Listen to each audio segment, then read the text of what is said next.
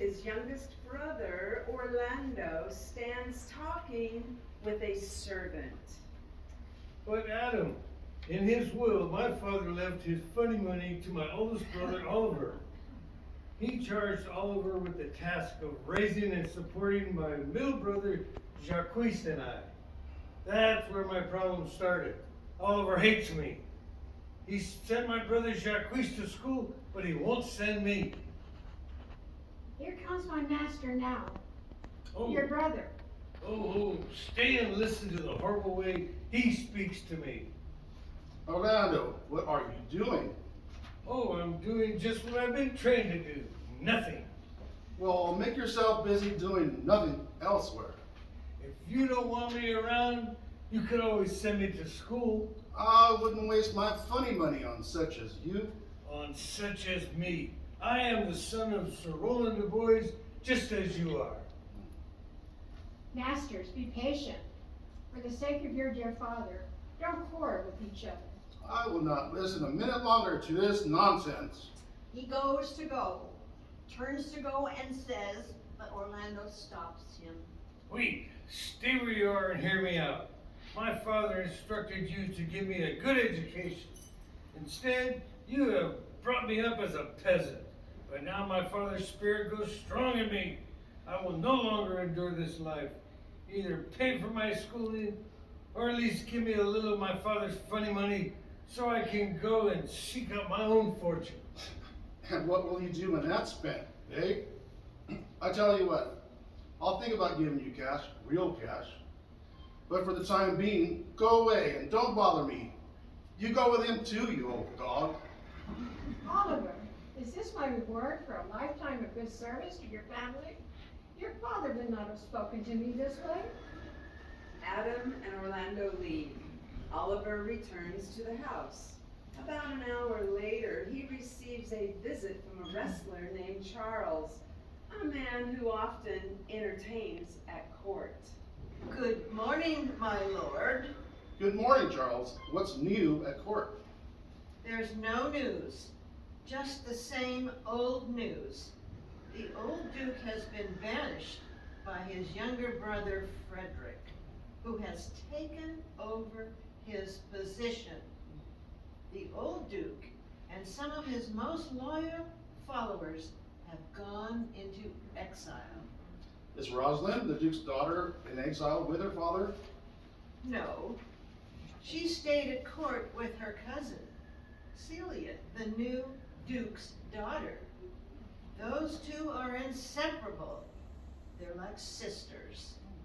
Where's the old Duke now?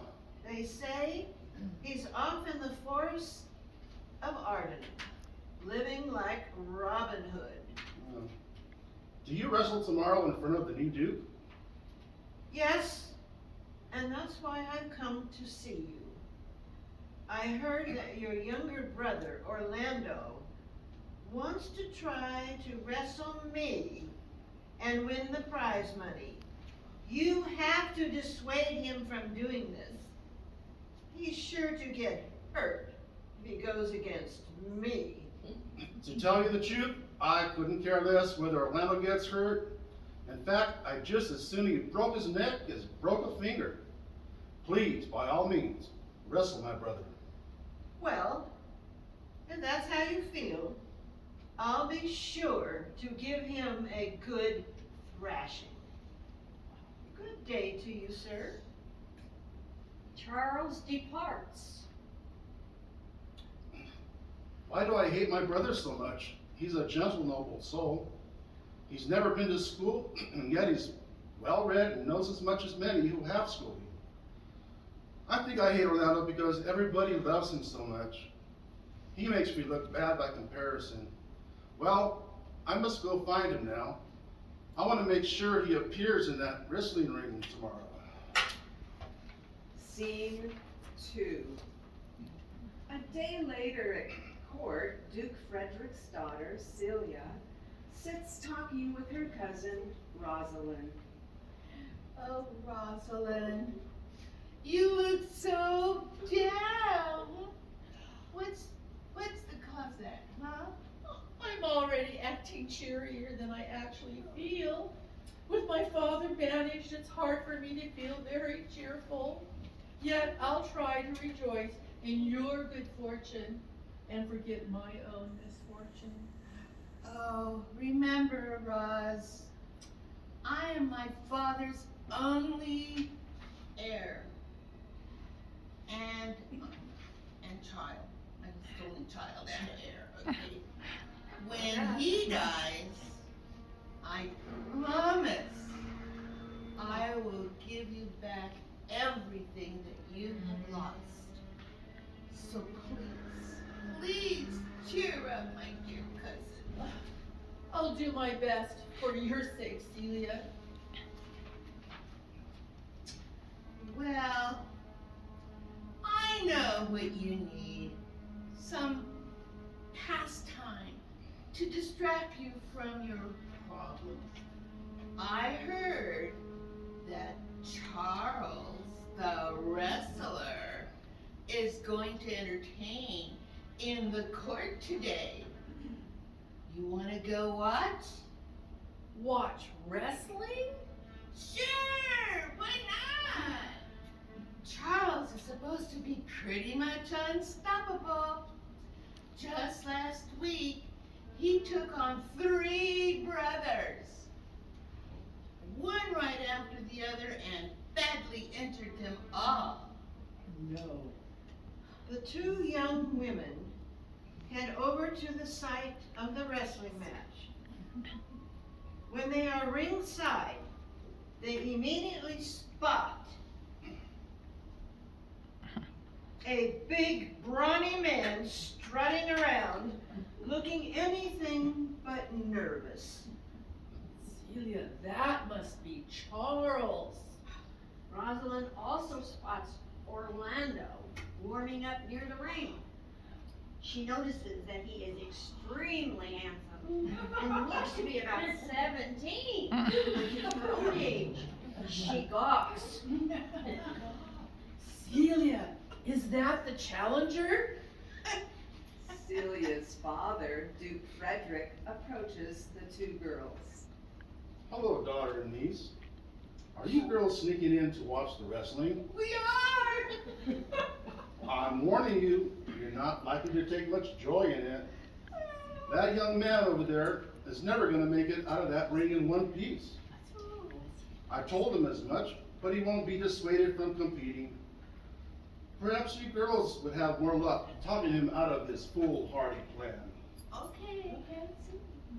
The Duke summons Orlando over so that Rosalind and Celia can try to talk him out of wrestling. Young man, haven't you heard what became of the others who wrestled Charles? We pray you to look after your own self and safety and abandon this plan of yours. Please, sir, your reputation does not have to be harmed. If you back out of this match, we can have it announced that the Duke canceled the match at the last minute. Well, I thank you, dear ladies, for all your kindness and concerns. But I still intend to wrestle. I hope that you will send your good wishes with me. Whatever strength and luck we have, we send it with you. Orlando heads back to the ring. Rosalind and Celia gaze after him. What an incredible man! Oh my God, I wish I were invisible. I'd just been there and grabbed Charles by the leg and helped that young fellow out. The wrestling match begins. Despite Charles's larger size and seemingly superior strength, the match turns out to be very exciting. The crowd oohs and ahs as Orlando is nearly thrown a number of times. each time he manages to wrestle his way free. Orlando finally manages to throw Charles, who is taken out of the ring on a stretcher. Well done, young man. What is your name? I am Orlando, my lord. I am the youngest son of Sir Roland Boys. Alas, I wish you were somebody else. Your father was my enemy. Good day. The Duke turns and abruptly departs. Celia, my father thought the world of Sir Roland de Boys. If I had known this young man was Sir Roland's son, I would have tried even harder to keep him from harm. Oh, I feel bad that my father was so rude to him.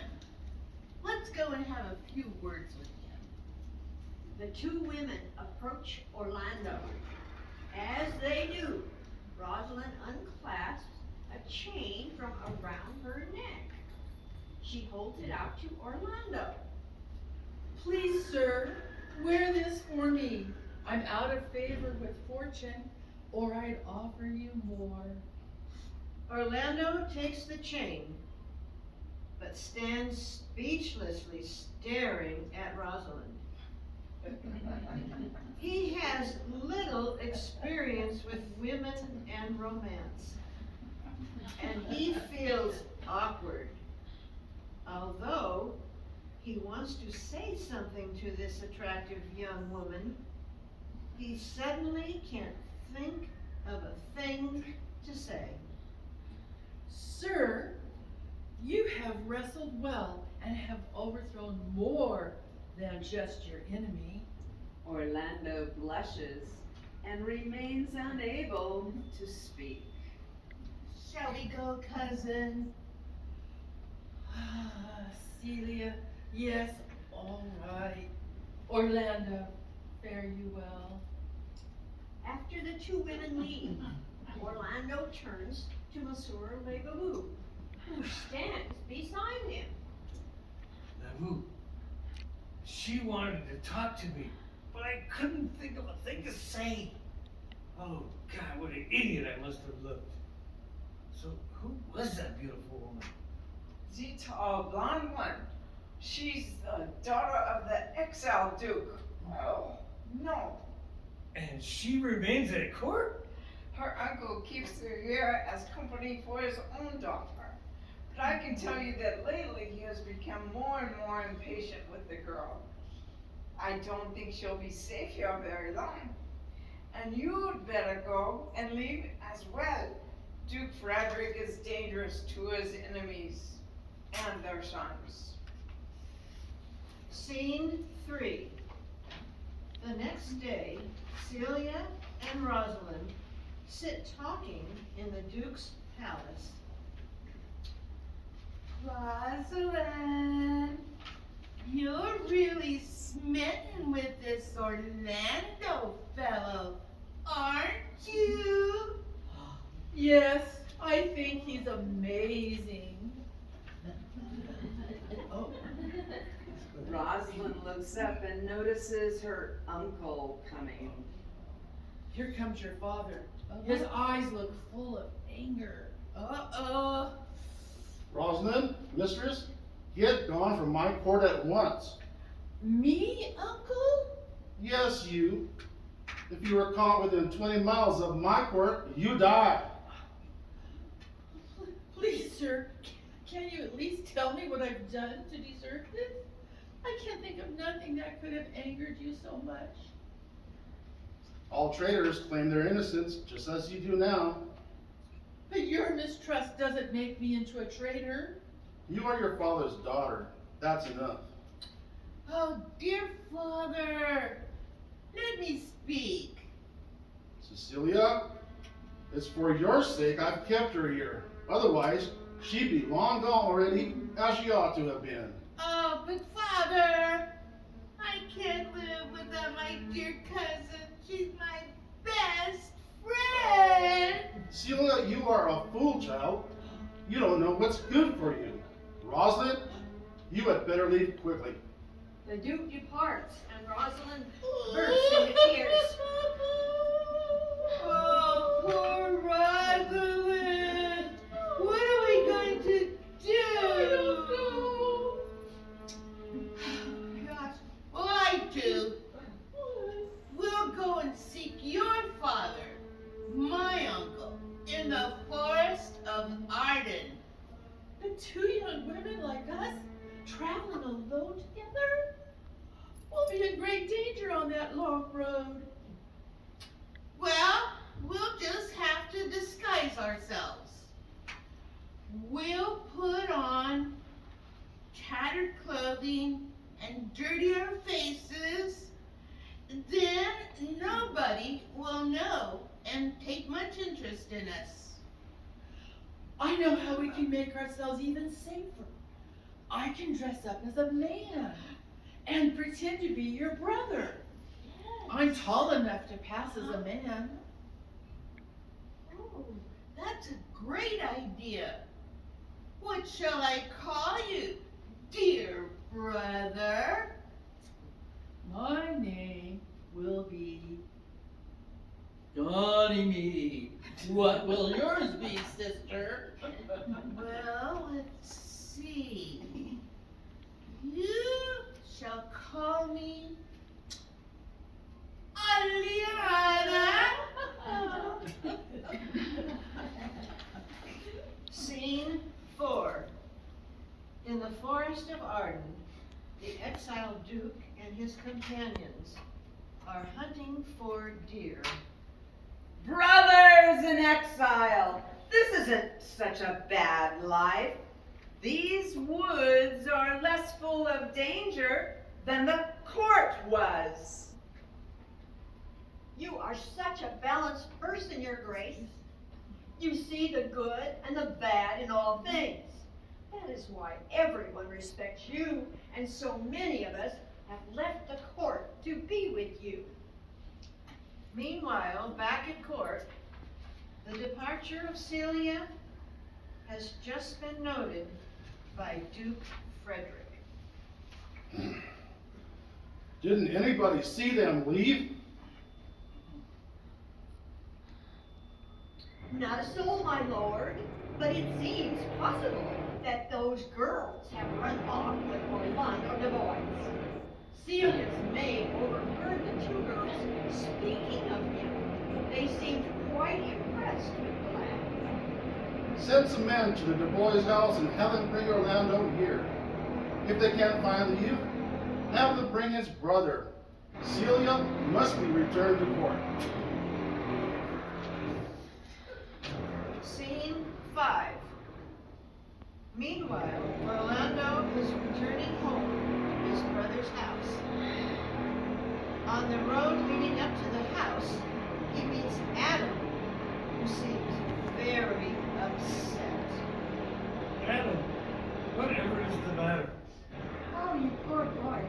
I would be devastated if anything had ever happened to you. What are you talking about? What's going to happen to me? It's your brother, sir. I heard him talking. I think he wants to see you disgraced or dead. Your life is in danger if you return to that house. Well, where else could I possibly go? All the funny money I have in the world is this prize money I've just won. Please, I beg you, don't go in there.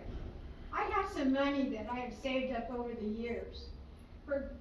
I was going to use it to support myself in my old age, but I'll gladly share it with you. Use it to travel to the forest of Arden. There perhaps you can find the exiled Duke, your father's dear friend. Orlando departs for the forest of Arden, and later that day, the men the Duke sent to Oliver's house return. What's this I hear? You say he doesn't know where his brother Orlando is? How can this be? I swear it's true, sir. His brother said he's disappeared. Believe me, he would turn him over to you if he knew where to find him. He has no love for his brother. Whether he loves him or hates him is his own business. But this brother of his had better be found. Tell him I give him 1 year to find Orlando. If he does not come up with a lad by then, I fully intend to seize all of his family's lands and possessions. Now go and give him this message. Scene 6.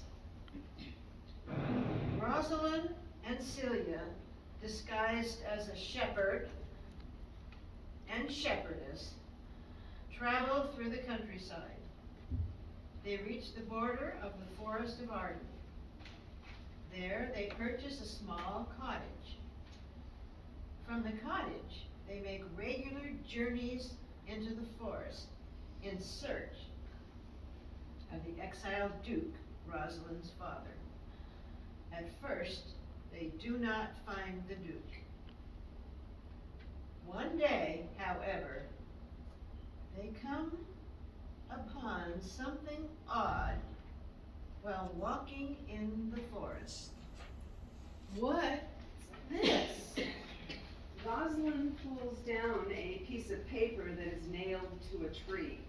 She is amazed that it is a love poem written to herself. Whose worth is spoken in the wind? That of dearest Rosalind. Let no face be kept in mind, but that the fairest. Rosaline? What a bad poem, and it goes on like this. Is this written to me? Just then, Rosalind spots Celia. She too is reading another bad poem aloud. What's that you're reading, cousin? It's a declaration of love for you.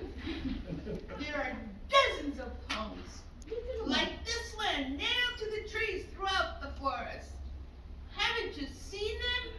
I was just reading one. I wonder who the poet might be.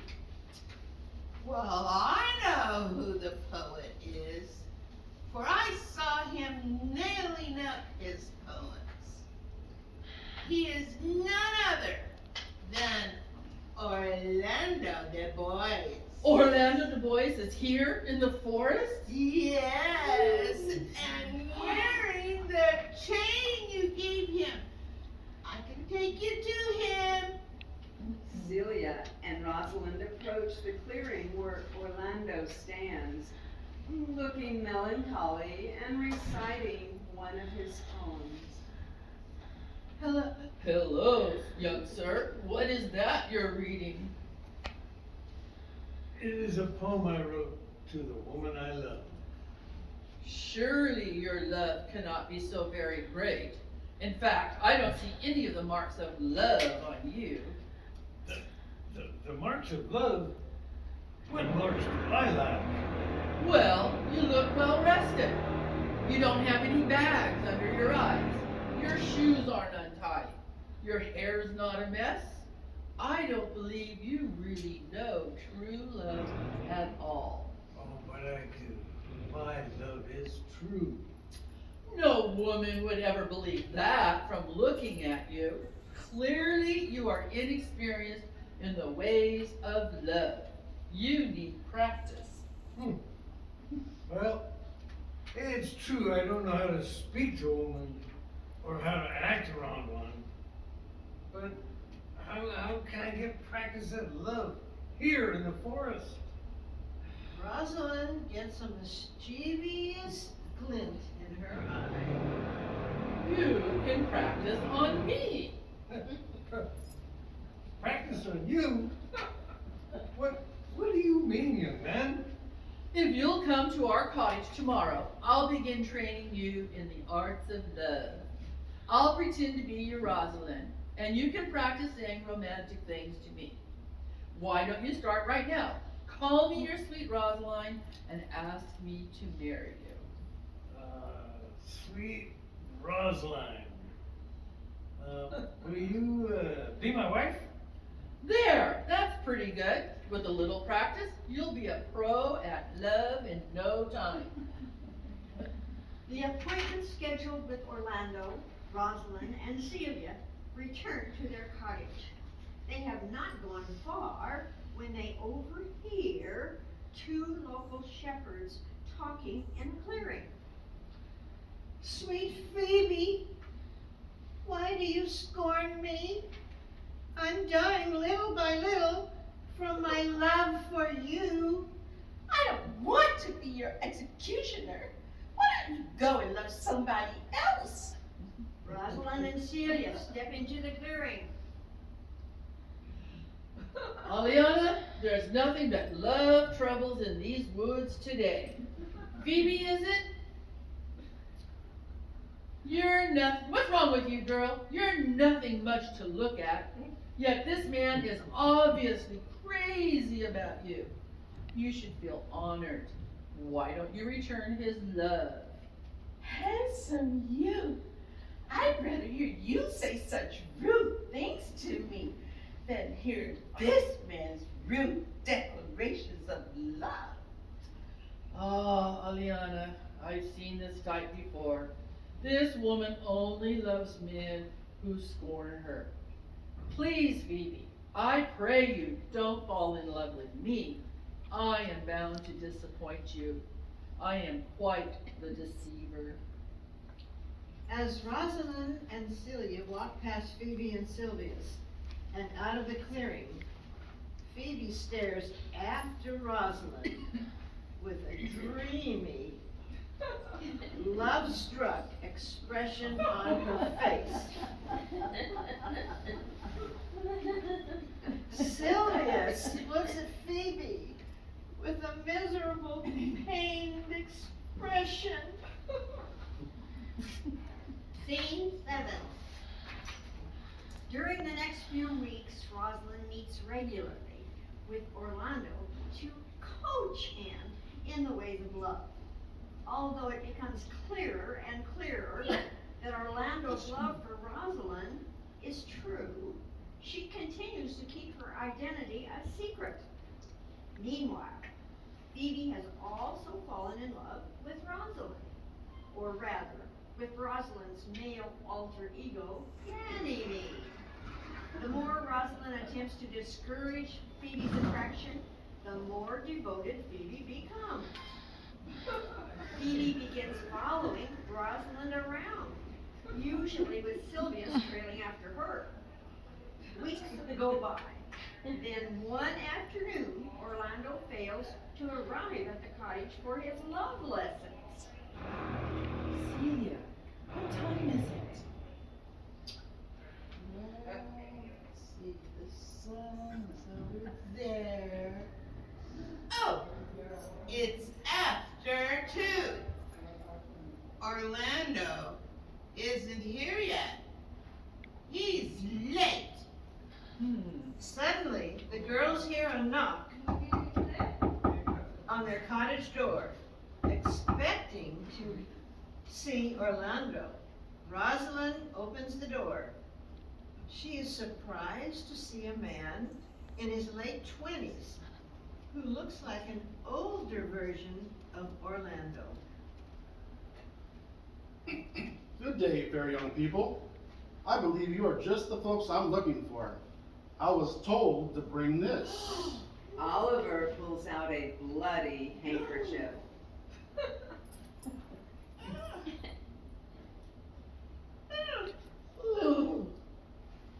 To the lad Orlando calls his Rosalind, are you the lad? Rosalind turns pale as she looks at the handkerchief. I am. But what am I supposed to make of this? I can't say, please, sir. Tell us what this handkerchief means. I will tell you the story of what happened to Orlando. When last Orlando parted from you, he promised to return quickly. But then, as he was passing through the woods, he came upon a strange sight. What did he see?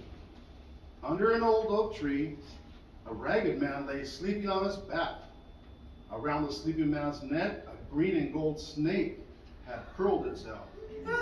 How horrifying. As soon as the snake saw Orlando, it slid off under a bush. Orlando followed the snake with his eyes and saw that under the bush a lioness was lurking, ready to pounce on the sleeping man. Just then, Orlando realized that the man was none other than his elder brother. The brother who hates him? We heard Orlando speak about that brother many times. Did Orlando leave his brother to be eaten by the lioness? Well, twice he turned his back, ready to do so, but kindness, which is nobler than revenge, overtook Orlando, and he began to do battle with the lioness. The beast quickly fell, and Orlando managed to save me. You are Orlando's brother. I am, although I feel unworthy to be. I only hope that I can be a better brother in the future. And Orlando, is he okay? He has a large wound on his arm. He is resting now at the cave where the exiled Duke lives. The Duke? And poor Orlando? You must bring us to him at once. Scene 8. It is 24 hours later, and Rosalind has been reunited with Orlando and has met the Duke, her father, who has failed to recognize her. In that short span of time, Oliver has fallen in love with Celia and has asked for her hand in marriage. Still posing as Eliana, Celia has agreed to the marriage. The two plan to be married by the exiled Duke. Oliver, it seems impossible that you should fall in love on such short notice, much less win the lady's hand. It seems impossible, yet it's true. I have never been so happy. Dear brother, you can have our father's house and all his possessions. I am happy just to live and die a country peasant with Aliana by my side. Well, I'm very happy for you. Go and help Aliana get ready for the wedding. Oh, look, here comes my Rosalind. Good day, sirs. Good day. Oliver tips his hat and leaves. Orlando, you look depressed. What's the matter? Well, tomorrow my brother will be married. He will have the very thing I wish for, but I can't have. I'd be happy to play the part of beloved Rosalind at the wedding tomorrow if you wish. It's no good. I can't go on just pretending that you are Rosalind anymore. Maybe you won't have to pretend. If your heart is truly set on Rosalind, then when your brother marries Aliana, you shall marry Rosalind. How on earth can that happen? Didn't I tell you? I'm a magician. Orlando and Rosalind are approached by Sylvius and Phoebe. Look, here comes an admirer of mine and one of hers. Ganymede, I adore you. Why don't you return my love? Just look at this man. Phoebe gestures towards Sylvius. He'll show you what it really means to love. To love is to be all sighs and tears, As I am for Phoebe. And I am for Ganymede. And I am for Rosalind. And I am for no woman. To love is to be all full of fantasies, passion and wishes, all full of adoration and humbleness, patience and impatience, as I am for Phoebe. As I am for Ganymede.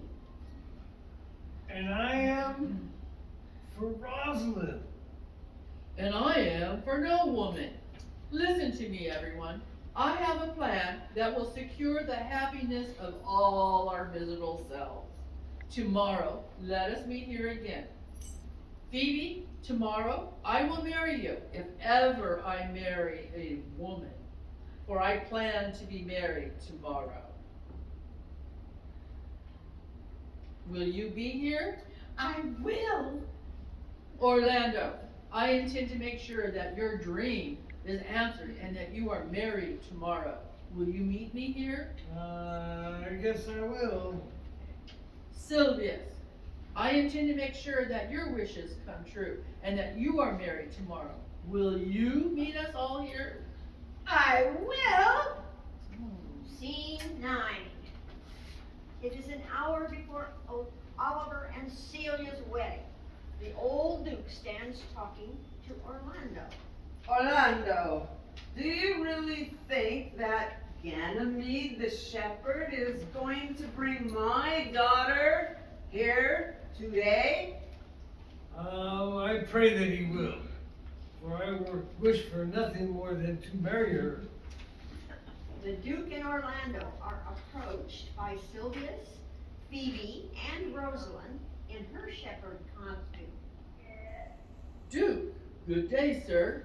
If I can bring your daughter Rosalind here, do you promise me that you will marry her to this youth, Orlando?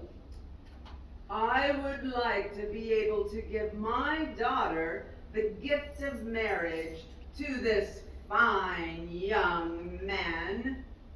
I have little else to give to her. Very well. And you, Phoebe, you'll marry me if I'm willing? Of course. But if you refuse to marry me, do you promise to give yourself in marriage to Sylvius? I would never refuse to marry you. Sure. Fine. You have a deal.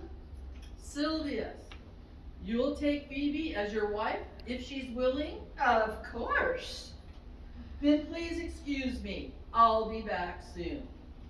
Rosalind hurries off to change out of her costume. Orlando, you know that boy Ganymede bears a remarkable resemblance to my daughter.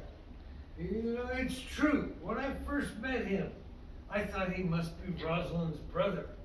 But I knew that could not be true.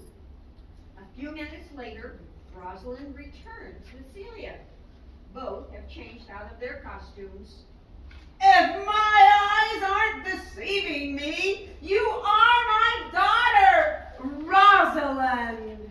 And if my eyes aren't deceiving me, you are my Rosalind. Rosalind, if my eyes aren't deceiving me, my love for you is over. Phoebe, then you refuse to marry me? Will you keep your agreement and marry Sylvius? Oh, my word is good. Rosalind, oh, I will. Phoebe takes Sylvius's hand, and the three couples stand before the Duke.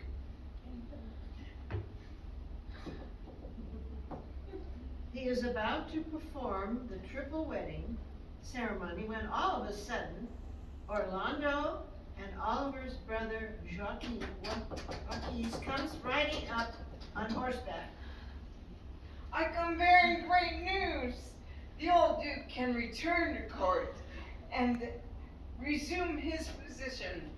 What do you mean, Jacques? What's happened? Oh, Duke Frederick became increasingly jealous and fearful, and more and more of his men came out to the forest with the old Duke. Recently, he got so jealous and nervous, he set out for Arden with the intention of killing his brother. Oh. As he neared the edge of the forest, however, he met a religious man, an old hermit, and he converted to the hermit's religion and decided to give up his wicked ways and live the life of a monk. He has given him all his crowns and lands back to his banished brother. Can it be true? Yes, it's true. You can all return to court. Yay! What wonderful news! There's so much to celebrate. Let's begin these marriage rites. I know that they will end in many